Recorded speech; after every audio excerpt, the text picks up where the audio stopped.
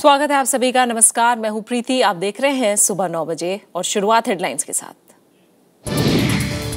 प्रधानमंत्री ने किया मंत्रियों के विभागों का बंटवारा। मनोहर पर्रिकर को रक्षा, सुरेश प्रभु को रेल और जेपी नड्डा नए स्वास्थ्य मंत्री। कई मंत्रियों के विभागों में फेरबदल। सदानंद गौड़ा को विधि और न्याय, डॉक्टर हर्षवर्धन को विज्ञान और तकनीक मंत्रालय। महाराष्ट्र विधानसभा का विशेष सत्र आज से। शिवसेना का बीजेपी को अल्टीमेटम, अगर एनसीपी का सहयोग लिया तो विपक्ष में बैठेगी पार्टी।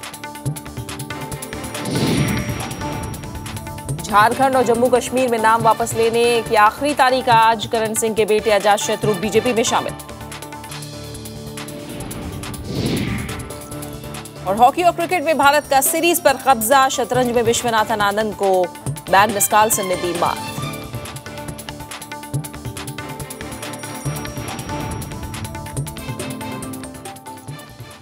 प्रधानमंत्री नरेंद्र मोदी ने नए मंत्रियों के विभागों की घोषणा कर दी है। कुछ मंत्रियों के विभागों में बदलाव भी किया गया है।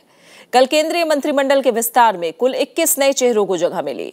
प्रधानमंत्री आज शाम अपनी नई कैबिनेट के साथ बैठक करेंगे। कैबिनेट मंत्री बनाए गए गोवा के पूर्व मुख्यमंत्री मनोहर पर्रिकर को रक्षा मंत्रालय दिया गया है। अब तक रक्षा मंत्रालय का काम देख रहे वित्त मंत्री अरुण जेटली को सूचना प्रसारण मंत्रालय भी दिया गया है। पहले ये विभाग प्रकाश जावड़ेकर के पास था। सुरेश प्रभु रेल मंत्रालय का काम देखेंगे। अब तक रेल मंत्रालय का काम देख रहे डीवी सदानंद गौड़ा को विधि और न्याय मंत्रालय दिया गया है। पहले ये विभाग रविशंकर प्रसाद देख रहे थे। जेपी नड्डा को नया स्वास्थ्य मंत्री बनाया गया है। अब तक स्वास्थ्य मंत्रालय का काम देख रहे डॉक्टर हर्षवर्धन को विज्ञान और प्रौद्योगिकी मंत्रालय मिला है। चौधरी बीरेंद्र सिंह को ग्रामीण विकास मंत्रालय मिला है। पहले ये मंत्रालय नितिन गडकरी के पास था। When you decentralize the job, take others into confidence, make them accountable, make your governance transparent, things go in this direction. प्रधानमंत्री समेत अब मंत्रिमंडल में कुल 66 मंत्री हैं। इनमें से 27 कैबिनेट, 13 स्वतंत्र प्रभार के राज्य मंत्री और 26 राज्य मंत्री हैं। कृति मिश्रा के साथ विशाल दहिया, राज्यसभा टीवी। और स्वतंत्र प्रभार के राज्य मंत्रियों के बीच भी विभागों का बंटवारा हो गया है। कल कैबिनेट के विस्तार में स्वतंत्र प्रभार के 3 नए राज्य मंत्री बनाए गए। स्वतंत्र प्रभार के राज्य मंत्रियों में बंडारू दत्तात्रेय को श्रम और रोजगार मंत्रालय मिला है। पहले ये विभाग खान मंत्री नरेंद्र सिंह तोमर के पास था। राजीव प्रताप रूडी को कौशल विकास और उद्यमिता मंत्रालय दिया गया है। पहले ये विभाग सर्बानंद सोनोवाल के पास था। डॉक्टर महेश शर्मा को संस्कृति और पर्यटन मंत्री बनाया गया है। पहले ये मंत्रालय श्रीपद यशो नायक के पास था। श्रीपद यशो नायक को आयुष विभाग का स्वतंत्र प्रभार दिया गया है। रिटायर्ड जनरल वीके सिंह को सांख्यिकी और कार्यक्रम क्रियान्वयन का स्वतंत्र प्रभार का मंत्री बनाया गया है। पहले ये विभाग राव इंद्रजीत सिंह के पास था। प्रधानमंत्री कार्यालय में राज्य मंत्री जितेंद्र सिंह को पूर्वोत्तर क्षेत्र विकास का स्वतंत्र प्रभार दिया गया है। पहले ये विभाग वीके सिंह के पास था। जितेंद्र सिंह से विज्ञान और प्रौद्योगिकी और पृथ्वी विज्ञान मंत्रालय ले लिया गया है। अब केंद्रीय मंत्रिमंडल में स्वतंत्र प्रभार के राज्य मंत्रियों की तादाद 10 से बढ़कर 13 हो गई है। कृति मिश्रा के साथ विशाल दहिया, राज्यसभा टीवी। प्रधानमंत्री ने 14 नए राज्य मंत्रियों के बीच भी विभाग बांट दिए हैं। इनमें से 13 बीजेपी के और 1 टीडीपी से है। राज्य मंत्री के रूप में सबसे पहले शपथ लेने वाले मुख्तार अब्बास नकवी को संसदीय कार्य और अल्पसंख्यक कार्य मंत्रालय मिला है। राजीव प्रताप रूडी को संसदीय कार्य राज्य मंत्री बनाया गया है। रामकृपाल यादव को पेयजल और स्वच्छता, हरिभाई चौधरी को गृह, सांवरलाल जाट को जल संसाधन, नदी विकास और गंगा पुनरुद्धार मंत्रालय में राज्य मंत्री बनाया गया है। एक्चुअली ऐसा नहीं है कि इलेक्शन से इस एक्सपेंशन का कोई मतलब है, मगर ये बात सच्चाई है कि बिहार में चुनाव है, मगर पूरे देश के पैमाने पर मंत्रियों को ओथ दिलवाया गया। मनोहर भाई कुंदरिया को कृषि, गिरिराज सिंह को सूक्ष्म लघु और मध्य उद्योग, हंसराज अहीर को रसायन और उर्वरक, रामशंकर कथेरिया को मानव संसाधन विकास, वाईएस चौधरी को विज्ञान प्रौद्योगिकी और पृथ्वी विज्ञान, जयंत सिन्हा को वित्त, राज्यवर्धन सिंह राठौर को सूचना और प्रसारण, बाबुल सुप्रियो को शहरी विकास, आवास और शहरी गरीबी उन्मूलन, साध्वी निरंजन ज्योति को खाद्य प्रसंस्करण और विजय सांपला को सामाजिक न्याय और अधिकारिता मंत्रालय में राज्य मंत्री बनाया गया है। देखिए, जो जिम्मेदारी मुझे मिली है मंत्री के रूप में, मैं मानता हूं कि एक बड़ी जिम्मेदारी है और हमारे पार्टी के नेतृत्व ने, हमारे प्रधानमंत्री जी ने, हमारे पार्टी के राष्ट्रीय अध्यक्ष जी ने हमें ये आशीर्वाद दिया है। वहीं जीएम सिद्धेश्वर को भारी उद्योग और लोक उद्यम मंत्रालय में नया राज्य मंत्री बनाया गया है। इस पद पर रहे पी राधाकृष्णन सड़क परिवहन और राज्य मंत्रालय में राज्य मंत्री होंगे। कृष्णपाल को सड़क परिवहन और राजमार्ग से सामाजिक न्याय और अधिकारिता मंत्रालय में राज्य मंत्री बनाया गया है।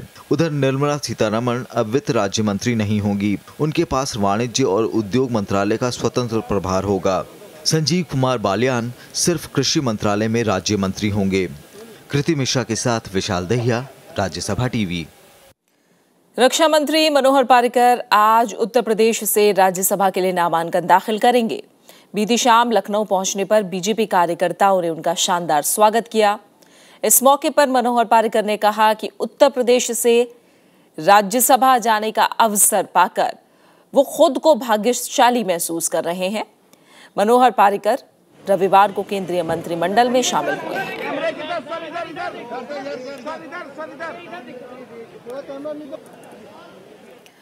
उत्तर प्रदेश की 10 और उत्तराखंड की 1 राज्यसभा सीट के लिए आज नामांकन का आखिरी दिन है। कल नामांकन पत्रों की जांच होगी और नाम वापसी की आखिरी तारीख 13 नवंबर है।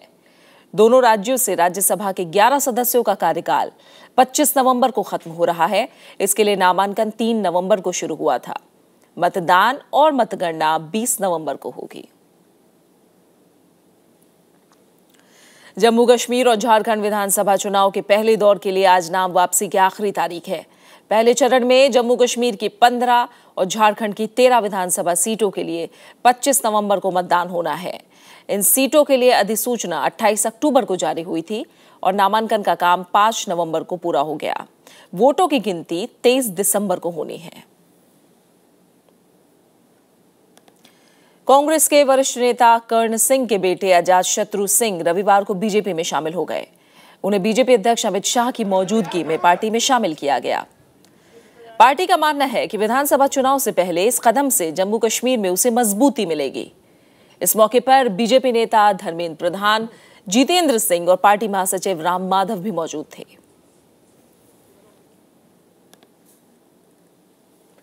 महाराष्ट्र में बीजेपी से गठबंधन को लेकर शिवसेना अब भी पशुपेश में है। पार्टी प्रमुख उद्धव ठाकरे ने कहा है कि बीजेपी अगर एनसीपी का समर्थन लेती है तो शिवसेना विपक्ष में बैठेगी। हालांकि शिवसेना ने बीजेपी को इस मुद्दे पर 2 दिन के अंदर स्थिति साफ करने के लिए कहा है। महाराष्ट्र विधानसभा का 3 दिवसीय विशेष सत्र आज से शुरू हो रहा है। मुख्यमंत्री देवेंद्र फडणवीस को बुधवार को सदन में बहुमत साबित करना है, मगर शिवसेना अभी तक बीजेपी सरकार को समर्थन देने पर फैसला नहीं कर पाई है। अगर बीजेपी राष्ट्रवादी के साथ जाना चाहती है तो हमारा रास्ता अलग होगा। आने वाले 2-3 दिन में ठीक से उत्तर नहीं मिला तो हम विपक्ष में बैठेंगे। इससे पहले शिवसेना मंत्रिमंडल विस्तार के कार्यक्रम में शामिल नहीं हुई। शपथ लेने जा रहे शिवसेना नेता अनिल देसाई को दिल्ली एयरपोर्ट से ही वापस बुला लिया गया।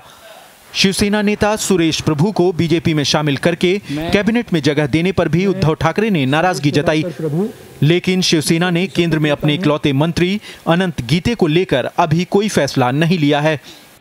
सोडले तसं नाही, राज्यामध्ये सुद्धा नातं कसं असायला पाहिजे, कसं असेल याचं स्पष्टीकरण, स्पष्ट उत्तर आम्हाला पाहिजे, नाहीतर मग केंद्रामध्ये सुद्धा वेगळा मार्ग स्वीकारावा लागेल, राज्यामध्ये सुद्धा स्वीकारावा लागेल। बीजेपी ने शिवसेना से बिना शर्त समर्थन देने की बात कही। वहीं एनसीपी का कहना है कि शिवसेना के बगैर बीजेपी राज्य में स्थिर सरकार दे सकती है। तो कांग्रेस ने बीजेपी और शिवसेना पर सत्ता के लिए संघर्ष का आरोप लगाया। वो तो समर्थन नहीं देंगे और ये कहेंगे कि इनका समर्थन मत दो, उनका समर्थन मत दो। बात सीधी है, मंत्री पद के चक्रव्यूह में अटकने के बजाय जनता की सेवा करने के बारे में सोचकर वो बिनशर्त समर्थन दे दे। अभी भी उन्हें उम्मीद है कि भारतीय जनता पार्टी उनको ज्यादा मंत्रालय दे देगी। दोनों राजनीतिक दल सत्ता के लिए लड़ाई लड़ रहे हैं। कोई विचारधारा की लड़ाई नहीं है। जनता पार्टी के सामने कोई दुश्वारी नहीं है। वो अल्पमत की सरकार भी बनाकर महाराष्ट्र में एक स्थिर सरकार की स्थापना कर सकती है शिवसेना के बगैर। विश्वास मत से पहले मंगलवार को विधानसभा अध्यक्ष का चुनाव होना है, जिसमें यह साफ हो जाएगा कि बीजेपी के साथ एनसीपी है या नहीं। उद्धव ने कहा कि विधानसभा अध्यक्ष का चुनाव सर्वसम्मति से हुआ तो ठीक, वरना शिवसेना उम्मीदवार उतार सकती है। Bureau report, Rajya Sabha TV. वित्त मंत्री अरुण जेटली ने अर्थव्यवस्था की चुनौतियों से निपटने के लिए उचित और तर्कसंगत कर नीति पर जोर दिया है। इंडिया ग्लोबल फोरम की बैठक में अरुण जेटली ने कहा कि सरकार भूमि अधिग्रहण कानून में बदलाव पर विचार कर रही है। अरुण जेटली ने अगले कुछ दिनों में विनिवेश पर बड़े फैसलों के संकेत दिए हैं। वित्त मंत्री अरुण जेटली ने देश को कम लागत का विनिर्माण केंद्र बनाने के लिए तर्कसंगत कर नीति का वादा किया। वित्त मंत्री ने कहा कि सरकार का इरादा अर्थव्यवस्था में भरोसा कायम करने का है। उन्होंने ये भी कहा कि सरकार भूमि अधिग्रहण कानून में प्रस्तावित बदलावों पर आम राय बनाने की कोशिश करेगी। Of course, that will have to overcome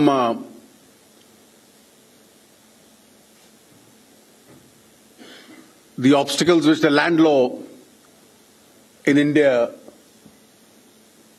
brings up, and therefore some changes may be necessary.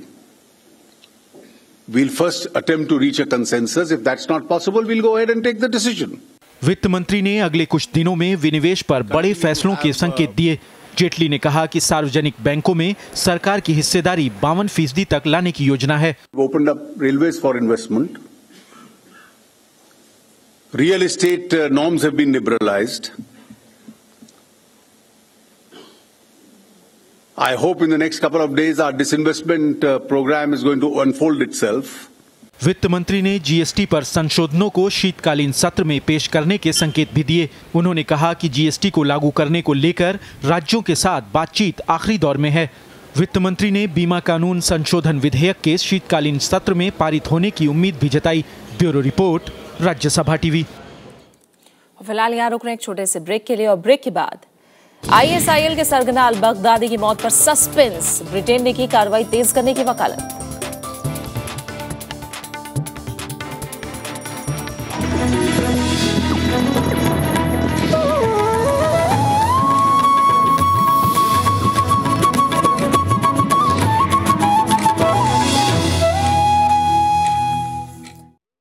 और आइए बात करते हैं कुछ और अहम खबरों की। प्रधानमंत्री नरेंद्र मोदी ने आयुर्वेद चिकित्सकों से इस चिकित्सा पद्धति के प्रति समर्पित भाव से काम करने की बात कही है। नई दिल्ली में छठे विश्व आयुर्वेद कांग्रेस के समापन समारोह को संबोधित करते हुए उन्होंने ये बात कही। प्रधानमंत्री नरेंद्र मोदी ने देश में प्राचीन चिकित्सा पद्धति से जुड़े लोगों को आयुर्वेद और दूसरी प्राचीन चिकित्सा पद्धतियों के विकास के लिए आगे आने को कहा है। उन्होंने कहा कि अनमोल विरासत को बचाने के लिए हमें आधुनिक तकनीक का भी सहारा लेना चाहिए। प्रधानमंत्री के मुताबिक आयुर्वेद को लोगों तक आसान और बेहतर तरीके से पहुंचाने की जरूरत है। मेडिकल साइंस एक नए रूप में अपने आप को देखने लगा है। हमारे पास ये विरासत है, लेकिन इस विरासत को आधुनिक संदर्भों में फिर से एक बार देखने की आवश्यकता है। उसमें बदलाव की जरूरत हो तो बदलाव की आवश्यकता है। छठी विश्व आयुर्वेद कांग्रेस में देश विदेश के आयुर्वेद से जुड़े लोगों ने हिस्सा लिया। इसके साथ ही आरोग्य एक्सपो का भी समापन हो गया। आरोग्य एक्सपो में प्राचीन चिकित्सा पद्धतियों के करीब 400 स्टॉल्स लगाए गए। सरकार का प्राचीन चिकित्सा पद्धतियों पर जोर है। बीते दिनों प्रधानमंत्री नरेंद्र मोदी आयुर्वेद, यूनानी, होम्योपैथी और बाकी प्राचीन चिकित्सा पद्धतियों के लिए खास आयुष मिशन का उद्घाटन कर चुके हैं। नवविक्रम सिंह, राज्यसभा टीवी, दिल्ली। गुजरात स्थानीय निकाय चुनाव में वोटिंग अनिवार्य बनाने वाला पहला राज्य बन गया है। राज्यपाल ओपी कोहली ने Gujarat local authority law bill को मंजूरी दे दी। बिल को नरेंद्र मोदी के गुजरात का मुख्यमंत्री रहते हुए विधानसभा में पारित किया गया था। इस बिल में वोटिंग नहीं करने वालों को सजा का प्रावधान है। हालांकि ये सजा किस तरह की होगी, इसका कोई जिक्र नहीं है। बिल में स्थानीय निकायों में महिलाओं के लिए आधी सीटें आरक्षित करने का प्रावधान भी है।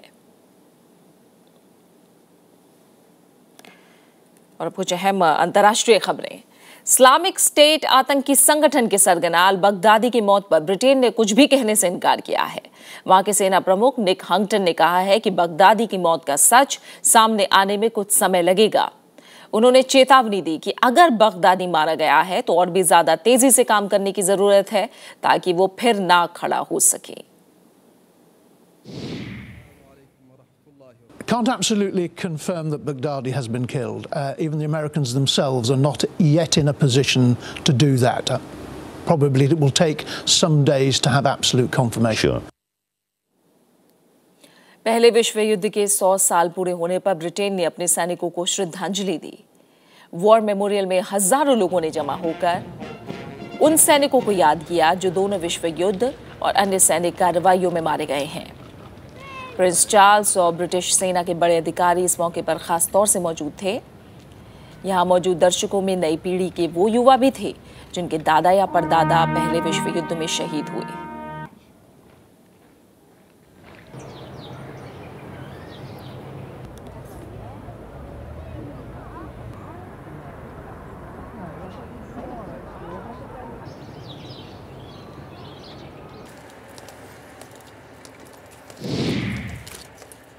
I would never really listen to much history at school, I must admit, and to realise actually how many people actually died, and knowing that one of them is from my grandfather as well.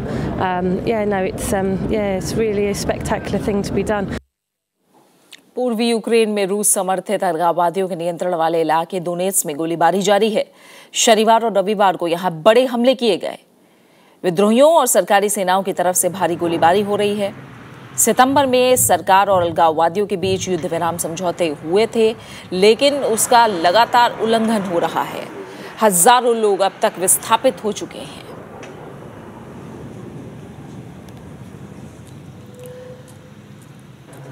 America के राष्ट्रपति Barack Obama का आज से Asia प्रशांत क्षेत्र का दौरा शुरू हो गया है। ओबामा के राष्ट्रीय सुरक्षा सलाहकार सुजैन राइस ने कहा कि वो अपने बचे हुए कार्यकाल में ओबामा एशिया प्रशांत क्षेत्र पर विशेष ध्यान देंगे। ओबामा भी बीजिंग में हैं और इसके बाद वो बर्मा और ऑस्ट्रेलिया भी जाएंगे। ओबामा के दौरे का अंतिम पड़ाव ब्रिस्बेन होगा, जहां वो G20 शिखर सम्मेलन में भाग लेंगे।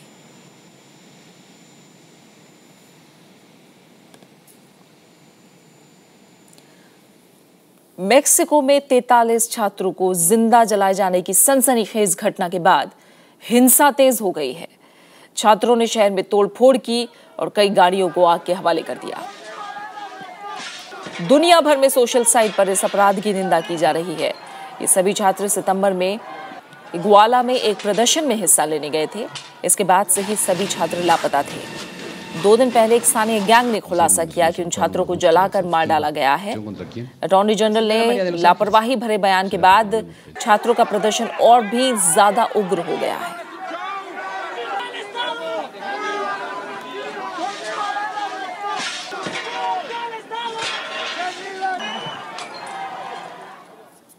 और अब कुछ अहम खबरें और हैं। जर्मनी में बर्लिन की दीवार ढहने के 25 साल पूरा होने पर जश्न मनाया गया। 10 लाख से ज्यादा लोग सड़कों पर नाच गाकर लोगों ने ये जश्न मनाया। रॉकस्टार कार्यक्रमों की धूम है। जुदाई की दीवार के 15 किलोमीटर लंबे मार्ग में करीब 7000 गुब्बारों को उड़ाया गया। जर्मनी की एकता के प्रतीक ब्रेंडेनबर्ग गेट से छोड़े गए ये गुब्बारे आकाश में एक अलग ही नजारा पेश कर रहे थे। शीत युद्ध की समाप्ति के बाद 9 नवंबर 1989 को इस दीवार को गिरा दिया गया था।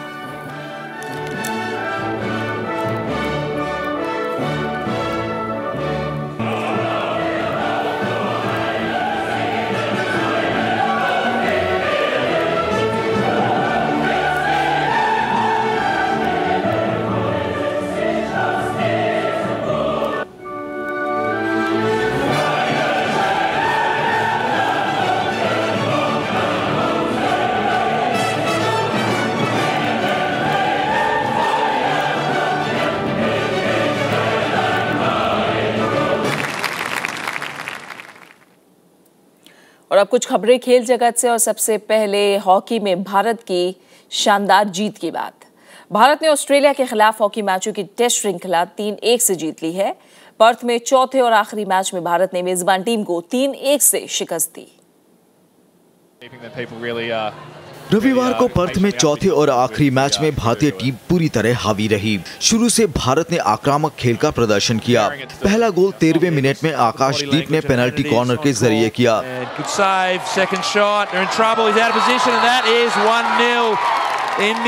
36वें मिनट में ऑस्ट्रेलिया की ओर से पहला गोल दागा गया।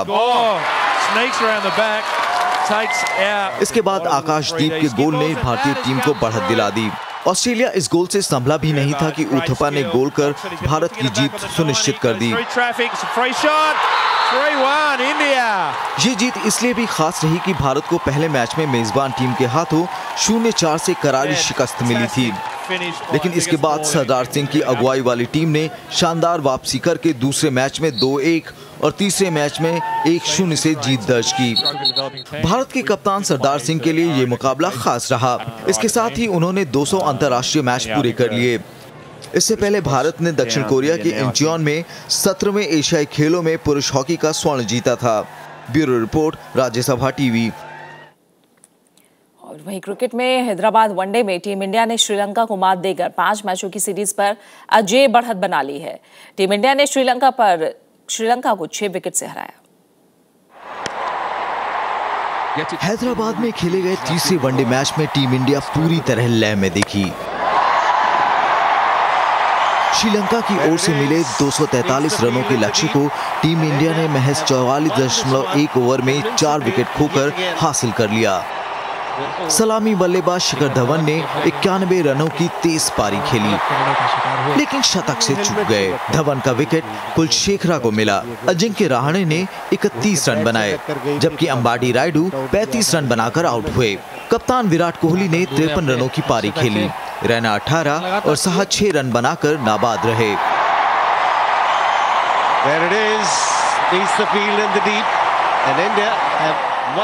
इससे पहले श्रीलंका ने टॉस जीतकर पहले बल्लेबाजी करने का फैसला किया, लेकिन मैन ऑफ द मैच रहे महिला जयवर्धने की शतकीय पारी भी टीम को हार से नहीं बचा सकी।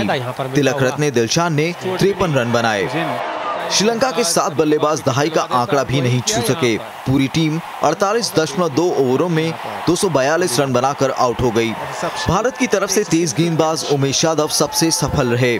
उन्होंने 9 ओवरों में 53 रन देकर 4 विकेट चटकाए। अक्षर पटेल ने 3 खिलाड़ियों को आउट किया। Bureau report, Rajya Sabha TV. वहीं विश्वनाथन आनंद विश्व शतरंज चैंपियनशिप में मौजूदा चैंपियन नॉर्वे के मैग्नस कार्लसन से रविवार को दूसरी बाजी हार गए। कार्लसन ने 35वीं चाल में आनंद को मात दे दी। इस जीत के साथ कार्लसन ने आनंद पर बढ़त हासिल कर ली है। दोनों के बीच शनिवार को खेली गई पहली बाजी ड्रॉ रही थी। पिछले साल चेन्नई में भी दोनों धुरंधर आमने सामने थे, जहां कार्लसन ने बाजी मारी थी।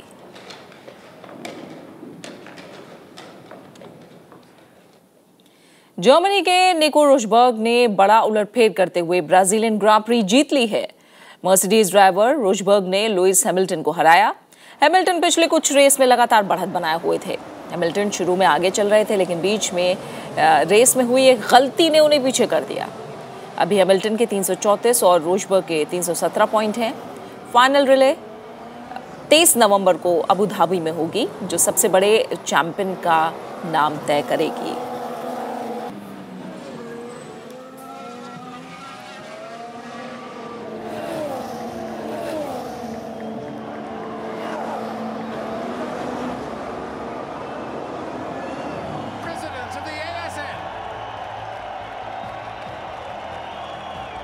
Well, first of all, I'm so happy for the race. Very happy with the whole weekend. You know, the whole weekend I've been feeling comfortable in the car.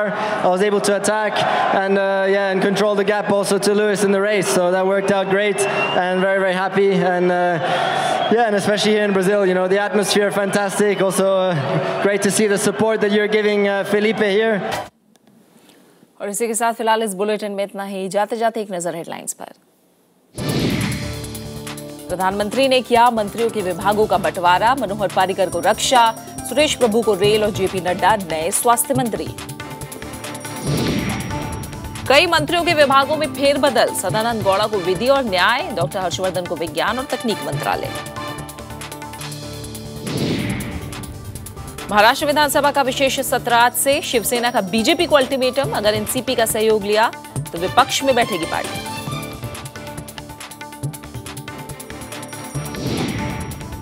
Jharkhand और जम्मू कश्मीर में नाम वापस लेने की आखिरी तारीख आज। करण सिंह के बेटे अजात शत्रु बीजेपी में शामिल।